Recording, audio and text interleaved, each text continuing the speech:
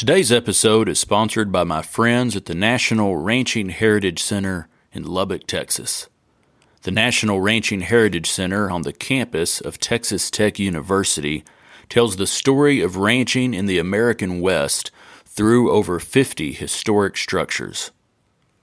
I'm pleased to announce that I'm partnering with the National Ranching Heritage Center to present Ranch Verse, an annual event featuring poetry, song, storytelling, and special presentations of ranching culture.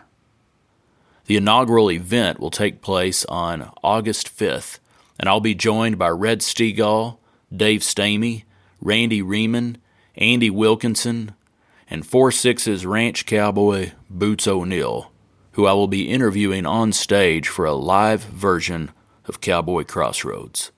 The daytime events are free to the public and will take place at the National Ranching Heritage Center, and the evening concert featuring Red Stegall, Dave Stamey, and myself will be held at the Cactus Theater. You can purchase tickets for that concert at cactustheater.com. I hope that you'll make plans to join us for Ranch Verse on August 5th at the National Ranching Heritage Center in Lubbock, Texas. You can find more information online at ranchingheritage.org. Come experience real ranches, real stories, real heritage at the National Ranching Heritage Center in Lubbock, Texas. I'd like to start today's show with a poem entitled Cattle that was written by a woman named Berta Hart Nance. Berta Hart Nance was a poet and teacher from Albany, Texas, and she wrote this poem to submit for the Texan Prize of the Poetry Society of Texas annual competition in 1931. Later in life, Nance commented that for several years this prize had been won with a poem on cotton. I determined to try what I could with cattle as a subject. Berta Hart Nance won the Texan Prize that year. Here's Cattle by Berta Hart Nance. Other states were carved or born. Texas grew from hide and horn. Other states are long or wide. Texas is a shaggy hide. Dripping blood and crumpled hair, some fat giant flung it there, laid its head where valleys drain, and stretched its rump across the plains. Other states are full of stones. Texans plow up cattle bones. Herds are buried on the trail underneath the powdered shell, herds that stiffen like the snow where the icy northers blow. Other states have built their halls, humming tunes along their walls. Texans watched the mortar stirred while they kept a lowing herd. Stamped on Texan wall and roof gleams the sharp and crescent hoof. High above the hum and stir, jingle bridle rein and spur. Other states were carved or born. Texas grew from hide and horn.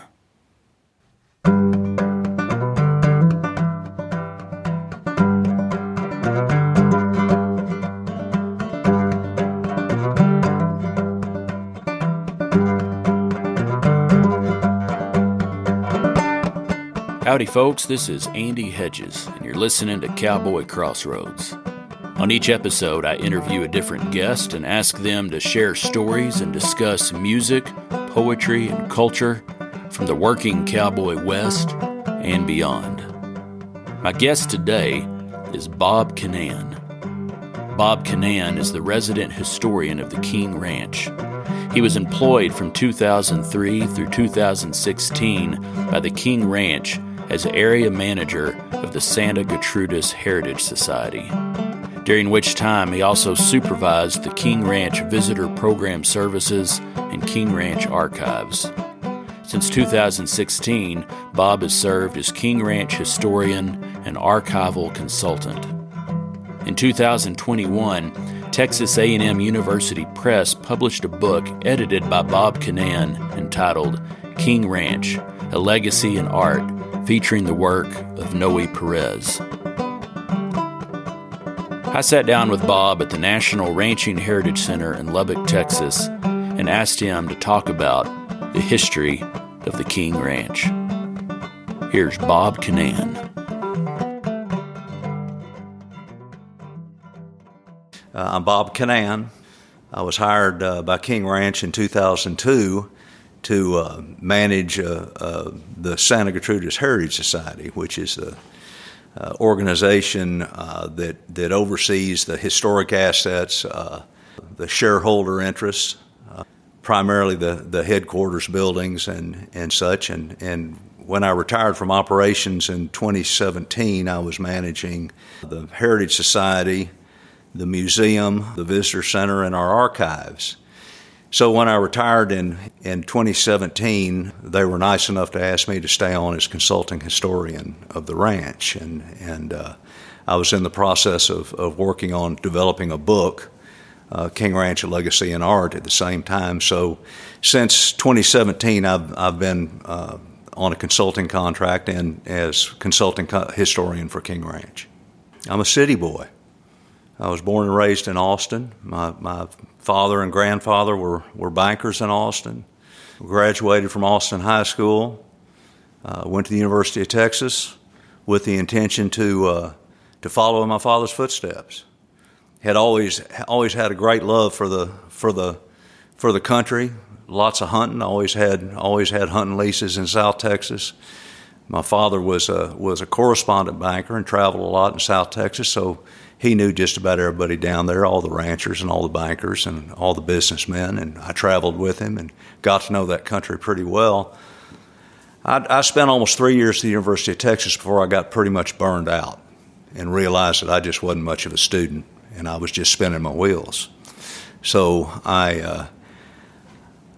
through my father's recommendation, I moved to Dilley, Texas, and went to work for a family, the Avant family, that were ranchers and bankers there, to take a little break and just kind of get my head back together, with really the intention of coming back and going and finishing school. So I spent 6 months working for the Avant family in Dilley on their ranches on the Frio River down there, and my daddy said, "When are you going to be ready to come home?" And I said, "I'm not going to come home." So I stayed in South Texas. I just pretty much wandered around as an itinerant cowboy, worked on numerous ranches down there, worked for the Callahan Land and Pastoral Company in Encinal down to the river, worked for the Finley family for years. Moved over and worked for the Reagan family in the Beeville area, worked for Jack Ryan in Beeville, Skidmore. I just traveled around and cowboyed. Just fell in love with the life and the business. Loved the business enough that I decided I better go back to school. Didn't really want to go back and finish a business degree at the University of Texas, so I was recommended to the TCU Ranch Management Program. So I went up and visited with John Merrill, who was the director at that time, and John said, he said, "I like your story, but go back to work for another year and then come on up here." So I did that. So I went back, and by that time I'd spent 3 years in the country working different ranches and getting my feet under me. And when he felt like I was solid enough that I was going to stay in the business, he took me on at TCU. So I went to TCU, graduated, married my wife, and was hired by Toddy Lee Wynn and his family in Dallas. They owned Star Brand Cattle Company, had ranches in East Texas and Ranch Matagorda Island in South Texas. Took me on and as an assistant manager in their cattle operations, and I worked my way up to president and general manager of Star Brand Ranch. I stayed there working for 3 generations of Wynns on the ranch.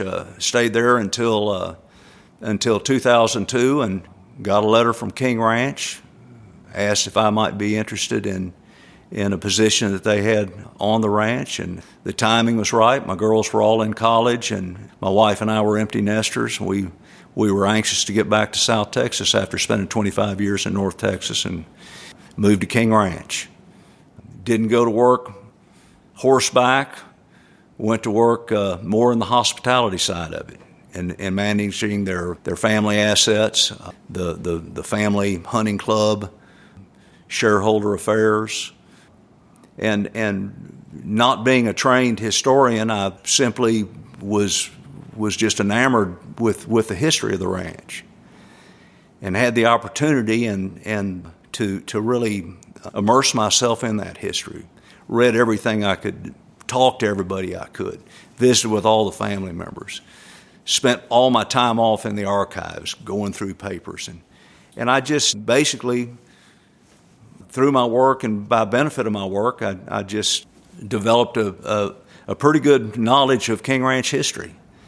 Again, I was able to move into the position along with my other management positions at the ranch as the director at the archives, at the King Ranch Archives, which are wonderful archives. They're private archives. They're not open to the public, but it's an incredible collection of our history that grows continually and is managed by professional archivists and staff. So through that, I was able to just again continue to be involved in the history. It was more than a vocation; it was a passion for me. So that's really how I got here, and again retired from operations in 2017. Have stayed on in this consulting position with the ranch, and I still do some management consulting. King Ranch it's a business in constant transition, just like any family business is. We're in the 8th generation of private ownership since 1853. It's been owned by only family members, no outsiders on the ranch. We got a large number of shareholders now. Again, we still have living. Of course, Henrietta Groves, Clayburgh Groves was the last living 4th generation family member that died this last year. So now we have 5th, 6th, 7th, and 8th generation family members that are still involved with the ranch. It's a great history, and it's a living history. Fortunately, it's one of the great legacy ranches like you have in West Texas that hadn't died and hadn't been sold and hadn't gone by the wayside. But it takes work. Each generation, it gets a little bit harder.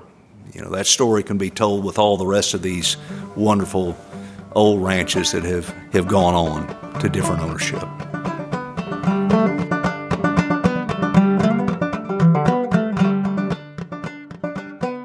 Our history is not unlike a lot of the old ranching histories. Captain Richard King obviously was the patriarch of the family. His life and his story, and he is somewhat of an enigma because there's not a lot known about him. He was born in New York City in 1824 and born to Irish immigrants. Know nothing else about them, who they were. At age 5, he was turned over to a jeweler in New York City as an apprentice. I like to say we don't know if he was an apprentice voluntarily or if he was put into some sort of indentured servitude, and I think it was the latter. I think his parents were dead by that time. There's some indication that he might have been turned over to that jeweler as an apprentice by an aunt, but we know nothing more about his family, and he did not tell anybody much else about his family that we know of. He stayed on as a jeweler's apprentice, and from what he told and from the oral information that was passed down through the generations from Mrs. King to her children, to the grandchildren, and so on and so forth, he was more of a servant and a slave than a jeweler's apprentice. He was a babysitter, took care of the jeweler's kids. He cleaned up the stores. He cooked. He washed dishes. He did whatever a slave or servant might do. Finally, he had enough, and we know that he had a plan that he had been kind of calculating for some time. He would, in the evenings, he would wander down to the docks and he would watch those sailing ships come into the port. And his plan was to stow away on a sailing ship, which he did. The ship was called the Desdemona. We don't know a lot about it. We know who the captain was. It was a man by the name of Monroe. He stowed away about halfway to Mobile Bay. He was discovered. generally they would have thrown him overboard or killed him. That was the course of a stowaway, and especially a child like that. But it's obvious, and Captain King made remarks that his personality persuaded the captain to take him on as a cabin boy. Sometime later, he went to work for another ship's captain by the name of Holland, who taught him a lot about the trade and mistakenly tried to send him off to school to have some formal education and send him to the Northeast to go to school. He lasted in school about 6 months, probably long enough to maybe perfect a little bit better writing skill. He was no dummy, obviously. He was a smart young man. Went back, ran away from the school, went back to the Mississippi River. Formally retained a captaincy. He was a merchant captain. He was a ship's captain, so he was registered as a ship's captain, and then went and joined the Quartermaster Corps in the Seminole War around 1840. That's where he met Mifflin Kennedy, who's another ranching icon of South Texas, and became his best friend and business partner, and just associated with the family forever. Mifflin Kennedy, when they were finishing up the Seminole War, it was about the same time that the United States was forming an army to invade Mexico under Zachary Taylor, and they were looking for riverboat captains that would come down and run goods from the Gulf of Mexico ports up to the different forts along the Rio Grande River. And Mifflin Kennedy went to Texas and asked Captain King to come join him. And finally, in 1847, Captain King did go to Texas. Went to work again for the Quartermaster Corps, was given the captaincy of a federal freight hauling riverboat. Of course, 1848, the war was over, and the Treaty of Guadalupe de Hidalgo was signed, and the military was pretty well dispersed. So Captain King was out of a job. He wasn't one that stayed out of a job for very long. He bought an Army surplus riverboat and started his own business. Well, around the same time, Mifflin Kennedy had thrown in with a man by the name of Charles Stillman, who was the founder of Brownsville and had been a Yankee merchant in Matamoros and Brownsville on the Rio Grande since 1828, and was probably the wealthiest man on the river at that time. One of the wealthiest. When he died, he was one of the wealthiest men in the United States. Charles Stillman bought all the rest of the surplus riverboats and started a company. It was not very successful, and Mifflin Kennedy suggested to Stillman that he needed to have somebody that could come in and really teach him how to run those boats up that river, and said, we need to hire Richard King. And they did, and they formed a company, M. Kennedy and Company, which in partnership with Stillman, King, Kennedy, and a man by the name of James O'Donnell. That company grew into a riverboat monopoly on the Rio Grande, which was a growing concern after the military left. Lots of Anglos moved on the border. Lots of business was going on. Lots of money to be made trading goods. M. Kennedy and Company, with Captain King and Stillman and Kennedy, made a lot of money. They had a monopoly. That company prospered until the 1870s. As it prospered, a lot of the Anglo businessmen were starting to branch out into the Wild Horse Desert. The Wild Horse Desert is the area between the Nueces River and the Rio Grande. Mostly the area that they call the sand sheet country, where it has the inland dunes and the dunes from the coast. Barren, tall grass, sparse water, not good for much except for raising cattle, pastoral intent. So lots of those Anglos, including Charles Stillman, who was the first Anglo to buy the Los Laureles land grant, had bought land in that Wild Horse Desert that they also called the Nueces Strip. Mifflin Kennedy bought a land grant called the San Salvador del Tule and was ranching there. King hadn't ventured north because he was too busy. He was engaged to marry Henrietta Chamberlain, who was the daughter of a Protestant Presbyterian minister who was a missionary minister that had come to Brownsville in 1850, founded the first Protestant church south of the Nueces River. He was ready to branch out. Wasn't a rancher. He knew riverboats. He was a tough guy. He was a riverman, but he was a businessman. Another interesting character that was involved at that time was another man that was left over from the war with Mexico by the name of Henry Kinney. He was the founder of Corpus Christi. He had started a colony in Corpus Christi and put together a real estate endeavor that he called the Lone Star Fair. It became the first state fair in Texas, and it was going to take place in 1853. King knew Kinney from the river, as he knew a lot of those other Anglo adventurers from the river.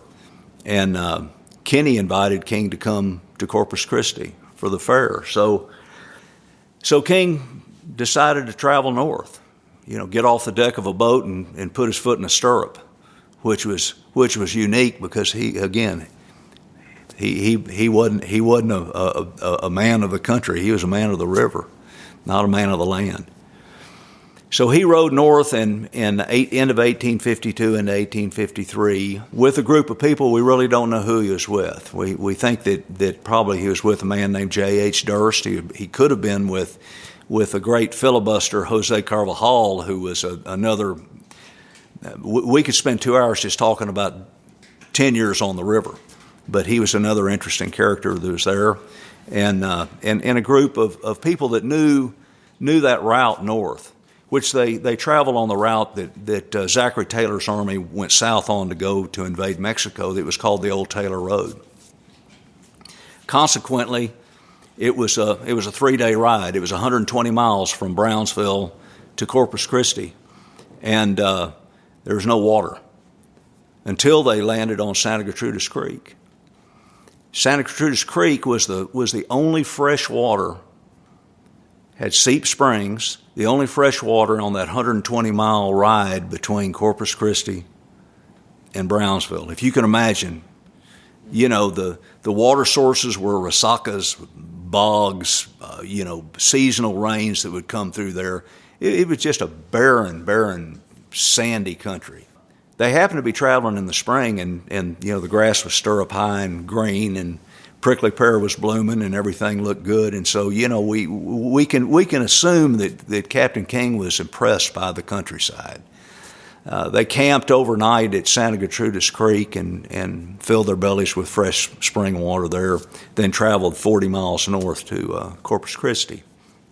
Went to the fair. At the fair, he encountered another old friend from the river that had been a ranger with the Texas company that fought in Mexico. His name was Gideon Lewis, Legs Lewis, Gideon K. Lewis, and they called him Legs. He was also a survivor of the battle at Mier and imprisoned in Perote in Mexico for years. But Gideon Lewis was living in Corpus Christi at the time. There's some indication that Lewis had an intention to start into a ranching business on some of that land grant country north of the Rio Grande and south of the Nueces River. He and King got together at the fair. Obviously, Lewis enticed him to join him in that venture, and they put in place a business plan to go back and try to buy some of those Spanish land grants and Mexican land grants that had been vacant since Texas became a republic in 1836. I'll back up just a minute and kind of explain the difference between what the land grants were. In the mid-1700s, Mexico was part of Spain. The governor of New Spain was a man by the name of Jose Escondón, and he was the governor and the agent of the King of Spain, and he was the He was the father of the land grants. He would grant these parcels of land to Spanish colonizers, most of them military men, that had some value and some family wealth. And anything from small parcelones that might have been 100 acres to vast land grants that might be 600,000 acres. So from the mid-1700s until 1810, Spain, the King of Spain, through Escandón, granted these land parcels, these Spanish land grants, in the area they called Nuevo Santander. Nuevo Santander was the area from the Nueces River all the way south to probably close to where Monterrey, Mexico, in northern Mexico is now. But their real impetus was to grant these land grants north of the Rio Grande in what is now Texas. And they did, obviously, in 1810, Mexico won its independence from Spain. So after 1810, the land grants were Mexican land grants. They continued, the government of Mexico, that revolutionary government continued to grant land grants in their name until 1835, and we know what happened in 1835 and 1836. Texas won its independence. Those rancheros that came and settled in South Texas, south of the Nueces River, and set up large hacienda ranches in those areas, they escaped Texas south with the retreating Mexican army of Santa Anna in 1836. So that land was laid empty. They left some of their tenants and some of their hands, but the families, the haciendados, they left. They went back to Mexico for fear of what was going to happen, what the new Republic of Texas would do to them. So there were these vast land grants. By the time Captain King and those gringos, those Anglo adventurers were starting to buy up some of those land grants, that land had been vacant for 2 and 3 generations, vast properties. So they were owned by 2 and 3 generations that had undivided interests in these land grants. But they were still intact, and they were still intact by deed in Mexico. So, going forward again back to Captain King and Gideon Lewis forming their partnership, they found two land grants that they wanted to buy. The first one was a Mexican land grant that was granted in 1835, known as the Rincon de Santa Gertrudis. That was 15,500 acres. That's the first piece of property that Captain King bought. He bought that 15,500 acres for $300. Went to Mexico, found the primary family member that owned that land grant and purchased it. At the same time, upstream where he had camped, when he crossed the Santa Gertrudis on his way to the fair, was a land grant that was a Spanish land grant that was known as the Santa Gertrudis de la Garza land grant. It was 55,000 acres. It was a little harder to put together, but King and Lewis, in the process of putting together, they kind of went and set up a cow camp there and kind of squatted on that land. It had been, the De La Garza land grant had been an active hacienda ranch where they did have cattle, horses, sheep, goats. It was an active ranching operation. So there was some semblance of a headquarters still there when Captain King came there in 52 and 53. There were 3 wells that were there. It was on the banks on a little rise above the Santa Gertrudis Creek. It was between 2 of the 4 seep springs that fed the Santa Gertrudis Creek, and it was a perfect place to set up his cow camp. So in 1853, we have the record of the first buildings and the first corrals that were built on the camp, the cow camp, that came to be known as King's Rancho, the Rancho de Santa Gertrudis.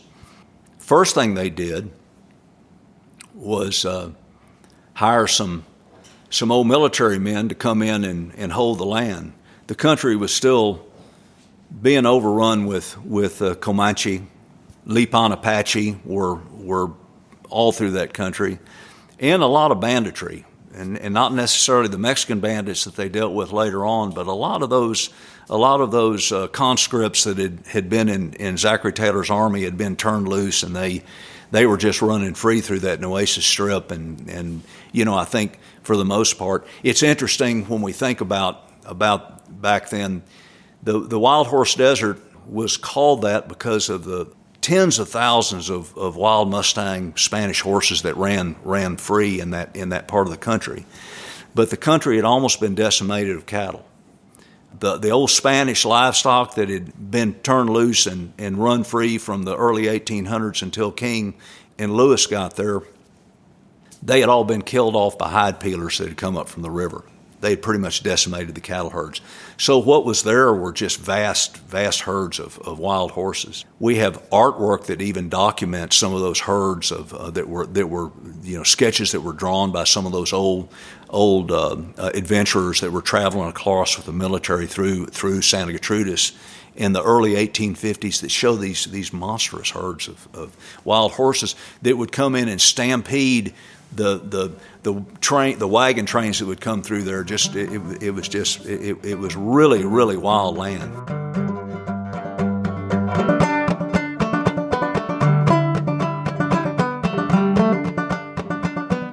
In his monumental 2-volume work on the history of the King Ranch, published in 1957, Tom Lee said this: "Grappling with these changeable yet challenging elements for 100 years in a changing world, carrying on a ranching business strenuously and with success, the King Ranch has vitalized its business venture with creative imagination.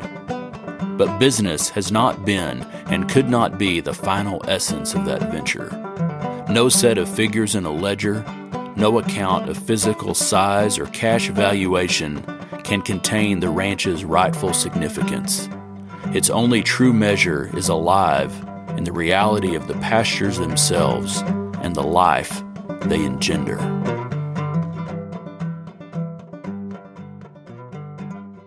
We're at 1853 with King and on his first cow camp on that 70,000 acres that they had on the Santa Gertrudis, and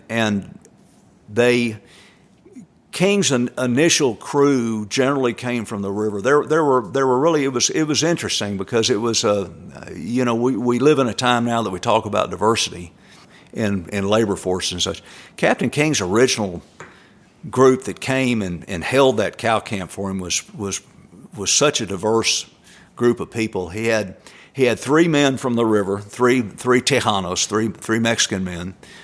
A man by the name of Vicente Petena that was a riverman with him that came. A man by the name of Faustino Villa that was in the Mexican army in Santa Anna's army and had gone to work for King as an older man. And a man by the name of Francisco Alvarado, who is a laborer on another land grant called the Boveda land grant, which was just south of Santa Gertrudis, which became part of King Ranch also. Francisco was a builder, and he came to the ranch to build the buildings for Captain King, he and his family. And then there were, besides Gideon Lewis and his little band of rangers that were there patrolling that area to keep the desperados from the camp, there were 2 other men that were both ex-military men. One was named James Richardson, went by the name of Santiago Richardson. He was a veteran, and a man by the name of William Gregory. Santiago Richardson was the first head man for Captain King. Captain King, and even in later years, they didn't call their people foremen or caporals or managers. He called them head men. And so those 5 men were really started. They were the first people that were there working for Captain King. Interestingly, we've got lots of records. We have lots of accounting records of those first couple of years, 53, 54, what they were buying, what they were doing. Not a lot of other information. We have payroll sheets. We have the names of certain people and that sort of thing. But Captain King just called those 5 guys his friends. In 1854, Captain King started to buy cattle. He had already bought. He had captured some of those Mustang horses. He had bought in the end of 1853. He bought a stud horse, a big American-bred stud horse from Kentucky. They called him Whirlpool. We have the record. Paid $600. Paid more for that stud horse, Whirlpool, than he paid for all of his original land grant that he had. But he bought that stud horse and started to breed up those Mustang horses. He also started to buy some Durham cows, and started to buy some country cattle around from some of the Tejano ranchers that were still south of there. The first group of cattle, and I think it's always interesting because King Ranch is famous for red cattle, the Santa Gertrudis obviously, and famous for their sorrel horses, their red horses. But it really started with those Durham cattle that Captain King bought, and an old bull they called the Canelo. Canelo in Spanish means cinnamon, and a cinnamon-colored Canelo bull. They called him the Canelo. We still have a Canelo pasture on King Ranch. But that was his first herd that he bought. So he had to go out and hunt for cattle to buy, to stock his ranch.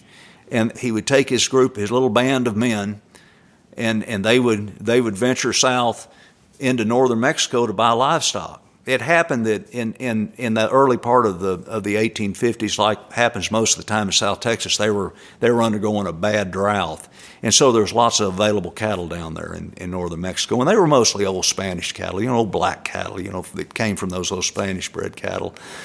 Captain King ventured about 100 miles south of the river to a little village called Crias, and it was a town of nothing but small ranchers. They had no feed for their cattle. They had no grass left. And Captain King bought every head of cow and goat that they had available, and was on his way north. And we don't know who it is that mentioned it to Captain King. It was probably one of his Tejano friends. It was probably Piteño or Alvarado or Villa.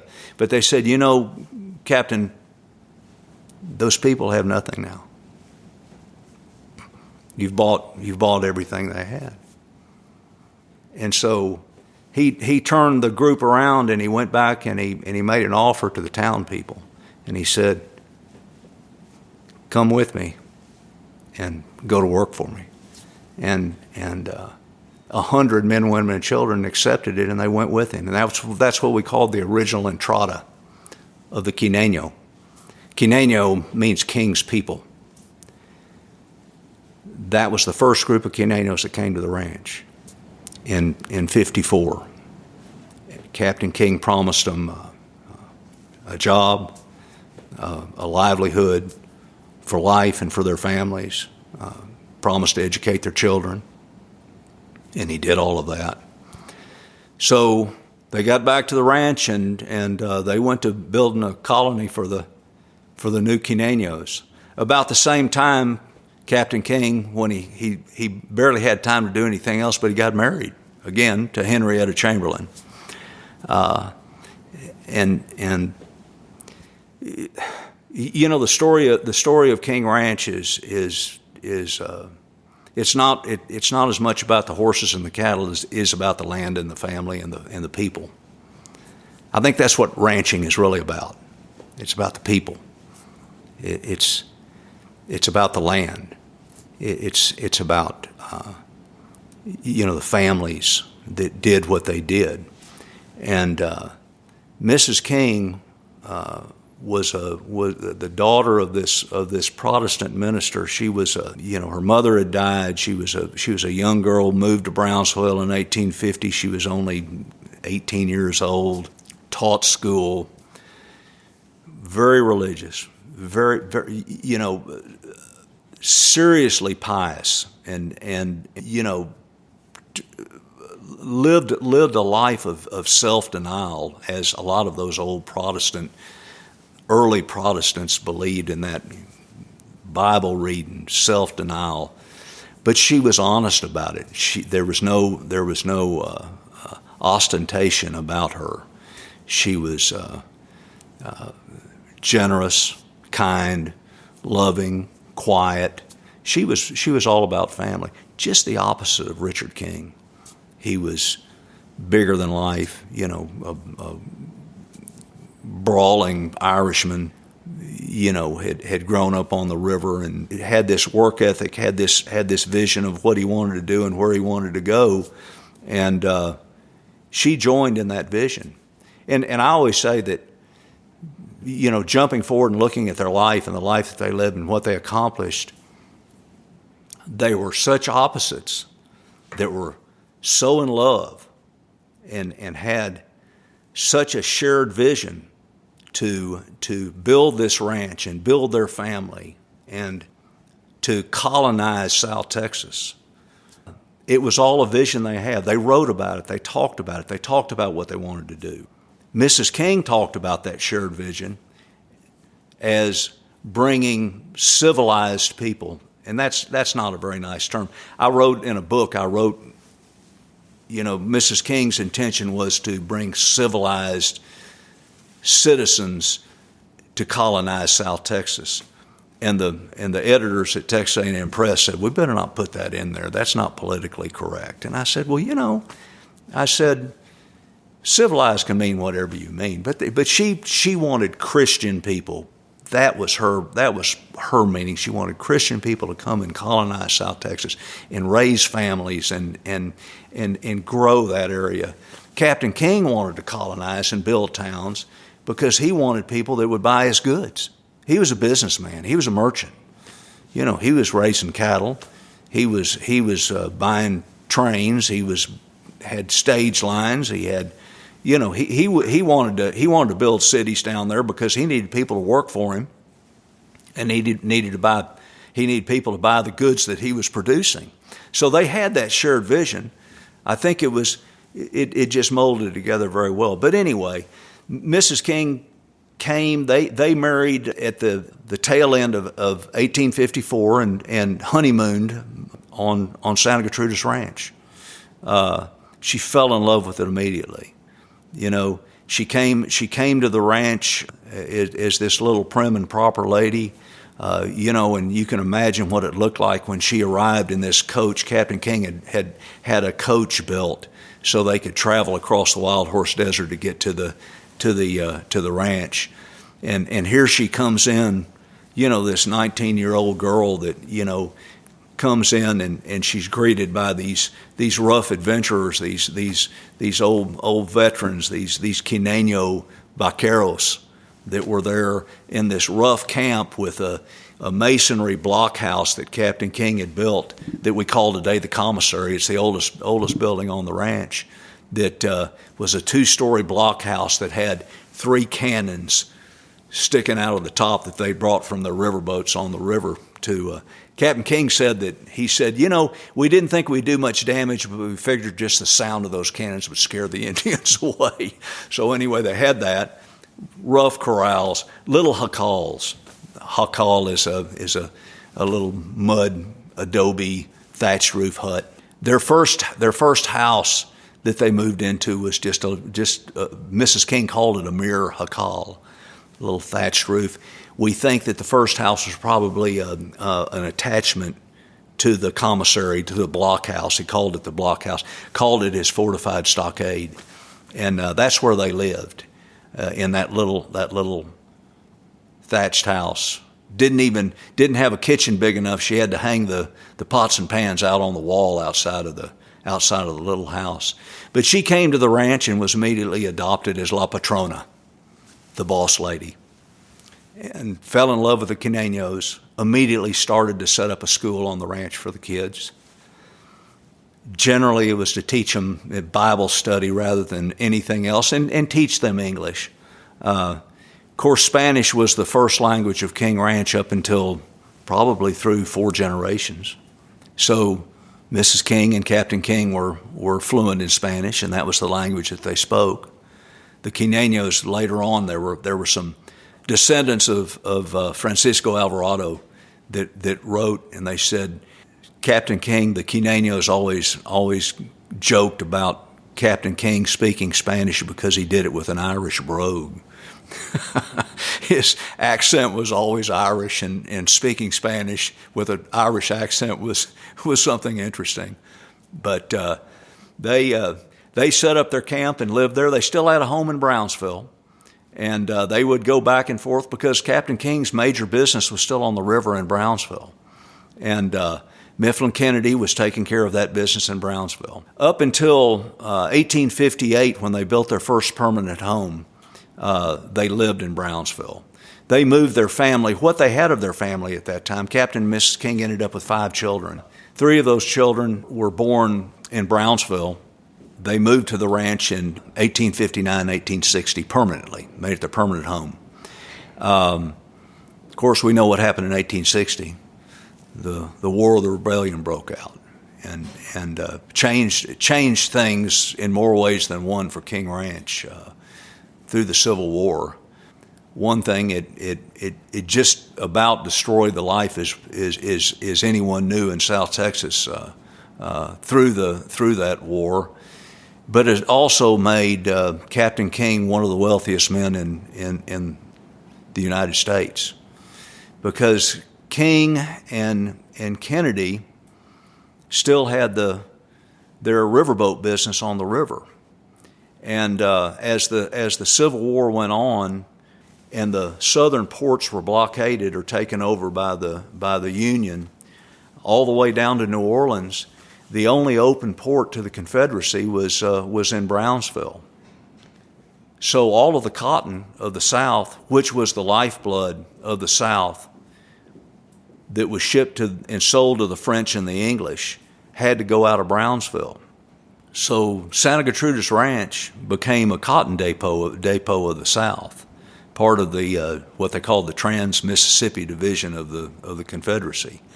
And Captain King and Mifflin Kennedy became the agents for all of the cotton that was shipped south through Santa Gertrudis to Laredo and Mier and Roma, put on King and Kennedy boats, and taken to the mouth of the Rio Grande and put on French and English ships to go to the textile mills in Europe.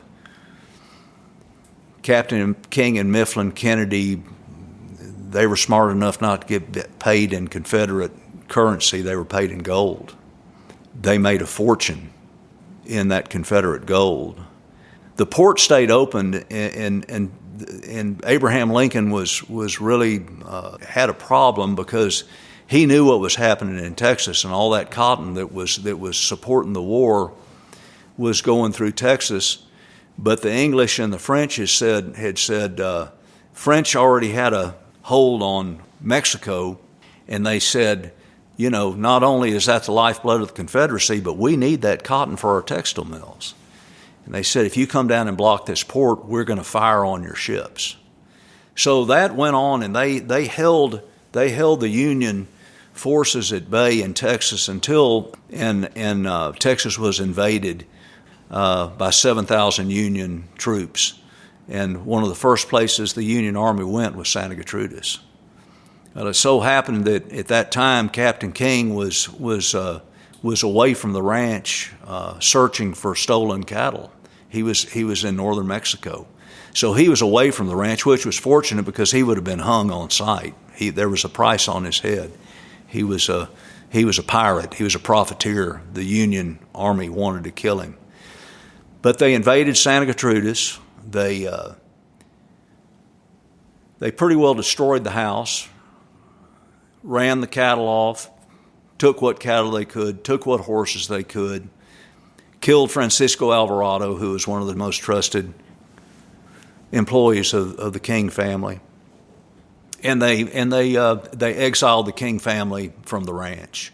And they did it pretty fast. We think that Mrs. King probably, the invasion took place on Christmas Day, We think probably before the new year, Mrs. King was already on her way with her little family, with some Kinenos, and with her father, Hiram Chamberlain, Reverend Chamberlain, on their way to San Antonio. Mrs. King happened to be pregnant, and she was ready to deliver when they invaded. She got as far as a little community north of the Nueces River called San Patricio, and she had friends there, and she stopped at San Patricio because she couldn't travel anymore. She was ready to have her baby. Her youngest son, the last of the King children, was born in February of 1854 in San Patricio, and Mrs. King named him Robert E. Lee King. I always say that I don't know if it was out of defiance or out of respect for General Lee. To back up a little bit, Lieutenant Colonel Robert E. Lee was a close friend of Captain King's and the King family in Brownsville. From 1855 to 1860-61, Lee was on the Rio Grande. Part of he was an engineer in the engineering corps in the American Army, and they sent him to South Texas to kind of be I guess you'd call it kind of an adjutant general. He held court over deserters and such as that for the military. So he befriended the Kings. They became close friends. He spent a lot of time at Santa Gertrudis at the ranch. Spent time at their house.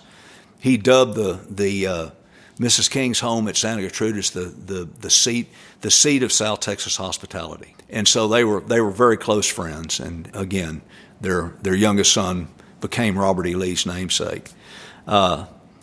When the war ended in South Texas in '65, the last battle of the Civil War was fought in South Texas, and at that time there was still a price on Captain King's head, and he and many of the Confederate officers and large landowners that had been in cooperation with the Confederacy, they moved to Mexico. Captain King and Kennedy and Rip Ford and many of those went to Matamoros and lived and negotiated through John Solomon Ford, Rip Ford, who was a Confederate general but had been well trusted by the Federals after the surrender. They negotiated an amnesty for Captain King and Mifflin Kennedy. At that time, if you had a net worth of over $20,000 or owned a certain amount of land, you had to write the President of the United States, who at that time was Andrew Johnson, and have President Johnson grant you amnesty before you could come back into the Union. Whereas most of the normal people in South Texas, they were just granted a blanket amnesty. So Captain King wrote a letter, and interestingly, the reason that we know a little bit more about Captain King than we would otherwise is that the source of his amnesty letter was a biography that he wrote. And so he told a little bit of the history of his youth. Not much. Captain King wrote quite a bit and kept impeccable records, but those were destroyed in a fire in 1912. But he was granted amnesty, and I always say it wasn't out of respect for him or to forgive him for what he had done, but it was out of necessity, because Kennedy and King, they ran the Rio Grande. They had the ships, they had the wherewithal, they knew how to get the businesses done, and the military needed those businesses to get going, and they needed to revive Texas during Reconstruction. They knew the people on both sides. They had been in the military for the American Army. They had been in the military with the Confederate Army. They knew both sides. And so they were granted the amnesty, and King and Kennedy went back to ranching again.